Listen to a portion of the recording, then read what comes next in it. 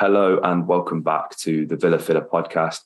I'm here with the birthday boy this time. He's even recording podcasts on his birthday. That's how much of a workhorse this guy is. Dan Wiseman, how you doing, bro? Yeah, very good, mate. Very good. Thank you very much. Was out last night, which is why we guys didn't do a sort of deadline day roundup or anything like that at the time. I was out celebrating, so hopefully you guys can forgive me that. But we're here today, and I'm glad that we actually deadline day has fallen when it has, mate, because I hate doing Man City previews because what the hell do you say?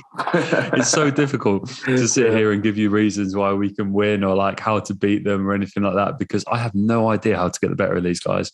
And I don't think managers generally do either. So that makes me feel a bit better. So luckily we were able to go through yesterday's action and all the deadline day stuff and the two boys that came in and sort of go with that as well, because otherwise it's a sticky one, isn't it?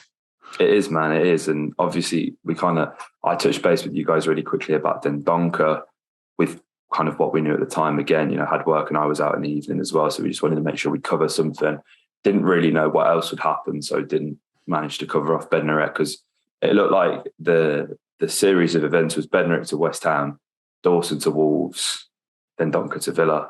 And it maybe kind of broke down somewhere along the way. But with hijacked Bednarek, I kind of tweeted the other week, I was like, I think, to be perfectly honest, I don't think we can scoff at a deal like this because it's going to be, realistically, when you've spent as much as you have on Diego, you're not going to spend that kind of money, if not more, to replace the replacement defender. He was coming in to be the main guy, and clearly one of either Mings, Konsa or Chambers was deemed good enough to partner him. So recruiting for that position has been somewhat difficult and challenging, I think. And I think something that a lot of fans need to realise is that I think a loan deal for somebody who's got Premier League experience, he's a seasoned international, friends with Matty Cash from the national team as well, which goes somewhat of a long way, I would say, as well, in helping him integrate. He's going to come in, he's going to understand his role and what he needs to do and contribute to the team. And again, for just a minimal loan fee, it's not as if we're developing a young prospect that Southampton are then going to flip for 50 million. I don't really have too much wrong with this deal, to be honest, man. No, neither of them, mate. Just off my 2 cents on Dendonckere. He's a player that sort of came into Wolves with really high expectations, I guess. Sort of joined them in 2018, initially on a loan and then permanently after that. And he was a really considered a top prospect when he was at Anderlecht. He's 27 now, which I didn't realise. He's a bit older than I perhaps thought he was, but he's a really good player, and I think both him and Bednarek will add a bit of physical presence, man. Yeah, which we desperately need. They're big, they're strong, they'll add height to the 11. We've got a really short team. They'll have a bit of physicality, especially Dendonckere. Him and Kamara in midfield is really good in terms of profiling, in terms of size and everything like that. That's quite exciting. I like what they'll offer us in the middle of the park. Generally, I like both of these deals. They're not going to set the world alight. I don't think too many people. We were rushing to the club shop this morning to get their shirts printed with either of these signings. But what they do offer us is something a bit different. They'll both play a lot of football, you'll imagine. I think 13 million, especially for Dendonckere, is a really good fee for someone that's played quite a lot of football, to be fair, for Wolves. I think it's almost 40 appearances in the Premier League over the past 3 seasons, which is pretty good. I think, I'm pretty happy with that deal. It felt shrewd, it felt smart. And I think with Bednarek, it's one that, again, ticks a lot of boxes. He seems really happy to be here. And it's a bit too hard. You can't really feel aggrieved, I don't think, with either of these signings. I think, obviously, something a bit more high profile was being teased and everything like that, and we were all sort of staying up. But I think, to be honest with you, once it started to hit late afternoon, it all went a bit quiet. And I think from then on, we pretty much knew that was going to be that. I don't know about you, mate. Yeah, I think the beauty of the transfer window, mate, is that there are ways to consume news. And the main way that I found out about these deals, mate, I don't know about you, was through One Football. They're back. They're partnering the channel yet again. And it was really useful because, obviously, as we mentioned at the top of the podcast, Dan and I weren't around yesterday. So I had realised that we'd signed Leander Dendonckere and Jan Bednarek by checking One Football. And you guys can make sure you can stay up to date and used to and just acclimatise to OneFootball, because it is genuinely so helpful and it helps you consume the game in a much more positive way. There's instant news, transfer news, updates, pre-match, post-match. It's all on the app. And this weekend, guys, on OneFootball, Lazio versus Napoli is being shown live. I know, Dan, you're going to be watching that.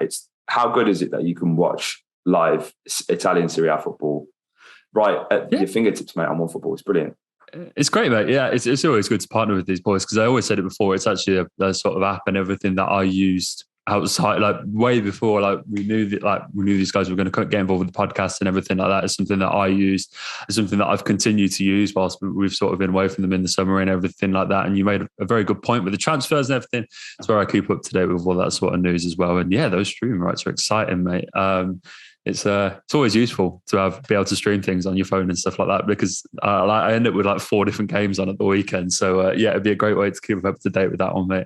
And yeah, definitely, mate, couldn't recommend it enough.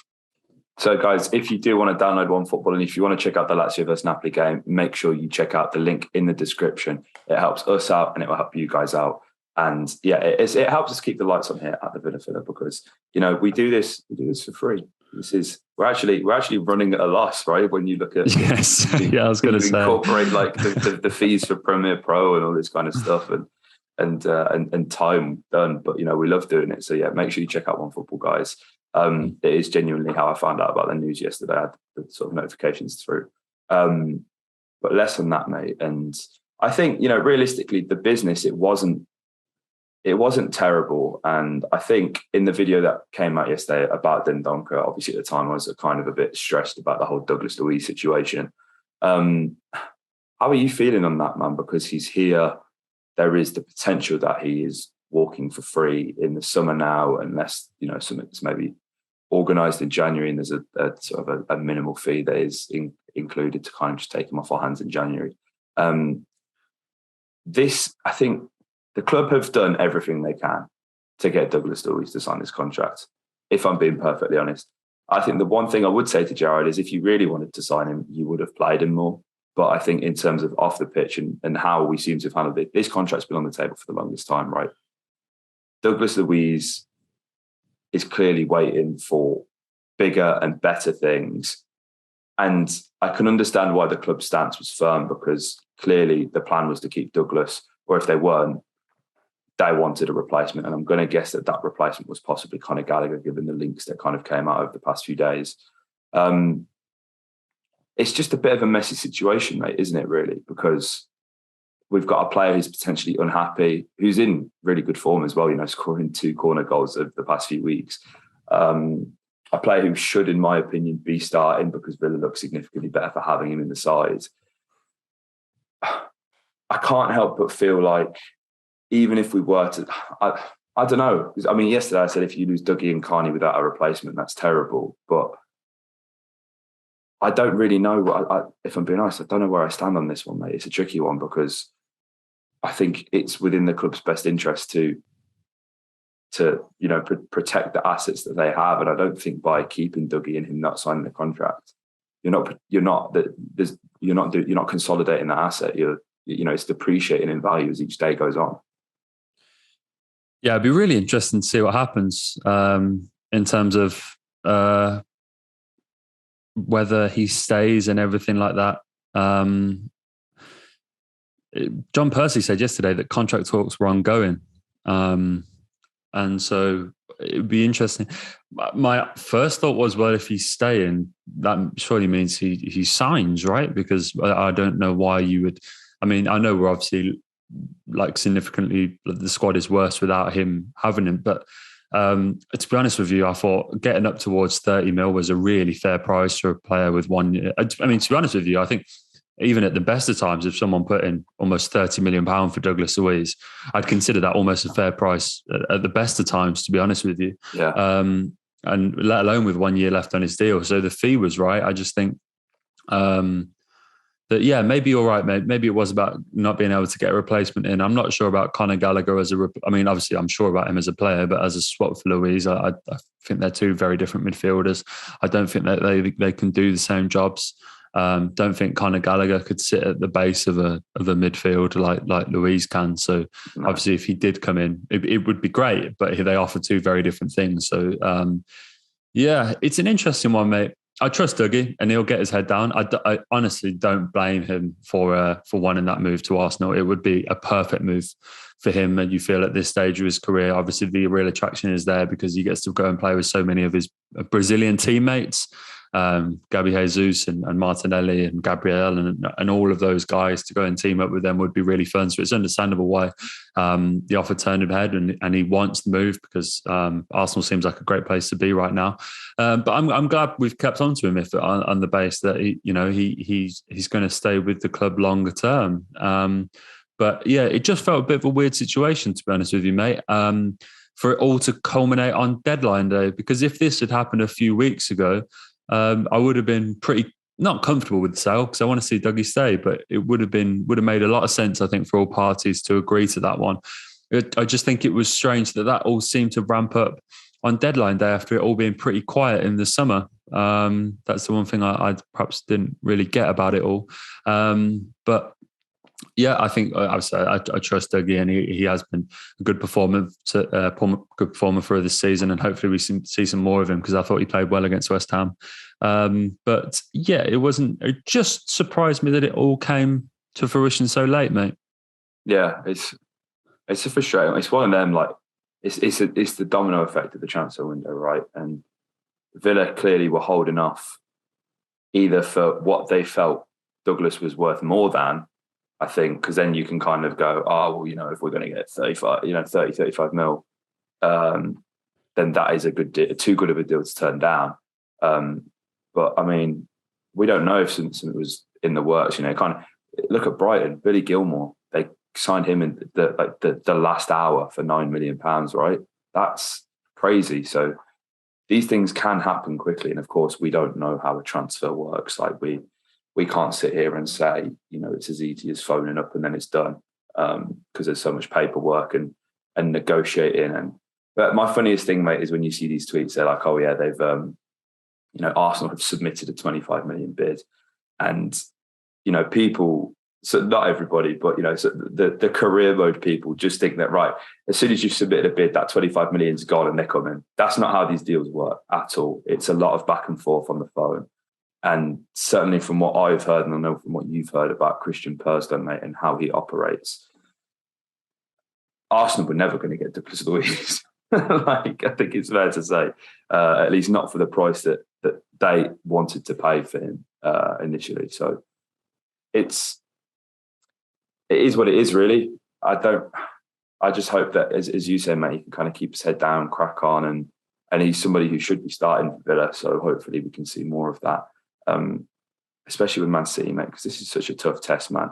After going down against Crystal Palace, to come back, Erling Haaland hat-trick, and then they go and beat Forest 6-0, another Erling Haaland hat-trick. I'm not sure if a player's ever scored 3 Premier League hat-tricks back-to-back, but I'd put my house that I don't have on Erling Haaland scoring a hat-trick against us. So maybe that's an FPL tip, guys. Triple captain Erling Haaland this weekend if you've still got that chip. This is a seriously frightening prospect, mate. And as you said at the start, mate, I don't really think there's too much that we can say on this game as to how Villa can win this. Maybe, Newcastle are probably the perfect case study for this one, right? And it's what I said in the Arsenal preview: high and wide, pacing behind. This is a game absolutely for Leon Bailey. I didn't think Leon had a fantastic game against Arsenal, but he probably was one of our better performers. And I think the system that we kind of changed to, by playing with actual wingers, definitely suited him and the team in part. And I think that's just how you've got to play against Man City, ain't it, mate? Yeah, it really is, mate. It's so difficult to know how to line up against these guys. I don't know if Haaland will play. I think he might. Well, yeah, there's a rotation risk. Yeah, I think we might be saved by the fact that I think this is probably his due spot for a bench, because am I correct in saying the Champions League starts next week? Am I right in saying? It does. Yeah, they've got when does that get next going? Week away. Yeah, and I think Julian Alvarez can do a job. And I think, obviously he got his first Premier League goals in that win against Notts Forest. He got 2 in that game. He's looked really sharp. It wouldn't surprise me if it's Julian Alvarez leading the line. And isn't there a massive, isn't that funny how things can change in football? Because for all the world, he looked so close to sign for us just a couple of years ago. And now here he is leading the line against Manchester City, against us. It's amazing how football works sometimes. But it wouldn't surprise me if that is... and look, that's not me saying, oh my God, guys, we've been dealt a massive boost, because both of them would score 2 against us. It doesn't matter which one starts. Yeah. It's not a game I'm looking forward to. Obviously, that they did some deadline day business themselves. They signed Manuel Akanji from Borussia Dortmund in a weird transfer, man. That's like what their 5th, 6th centre back. Don't really get that one. But it's just another incredible option that they've got in those positions.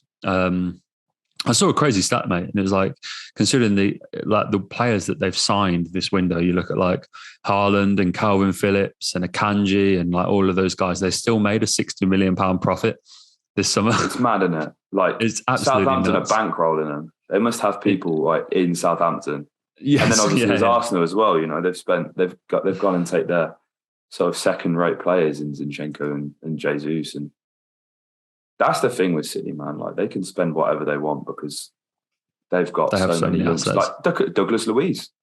Yeah. Perfect example. That was a cool 15 million. Like, easy. Never played for Manchester City, but it's worrying, isn't it, mate? It's worrying because no other teams can really do that. I know we got 30 mil for Carney, so I thought we played well against them at Villa Park last year. Did. Yeah. I think obviously Carney had a good chance in that game, and that will probably be his sort of what if moment maybe at Villa. I think it all could have been so different if he'd have put that past Edison, that chance at the Holte end. His Villa career could have completely swung on that particular moment. And we put in a good performance. Obviously, Bernardo scored that ridiculous volley against us. Mate, yeah. Too good. But we got back into the goal again quite well with Ollie Watkins really early in the second half. And I think that's about as good as we can ask for today. I think that kind of spirited defeat. It's a tragic thing to have to say. Spirited defeat. But that's all you can ask for, isn't it? Like, don't get your backs blown out. Don't lose 4 or 5-0. Score and keep them to under 3. I think the thing is, like, what I admired for parts in the Arsenal half is we went out there to kick the shit out of them, and we did, right? Odegaard, there was Saka. We were a lot more physical, and I think that is with Manchester City. You're not going to beat them at their own game when it comes to playing expansive football and dominating possession and whatever, because that is you're fighting a losing battle.